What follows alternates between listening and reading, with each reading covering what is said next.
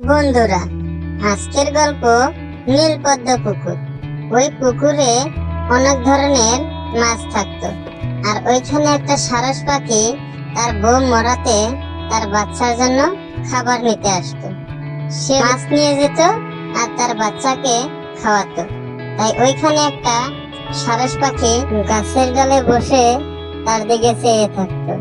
তাই হঠাৎ একদিন তার কাছে এসে বলে,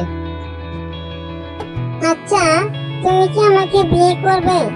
আমি অনেক দিন ধরে একা একা আছি, আর কিছুদিন ধরে দেখছি তুমিও একা একা।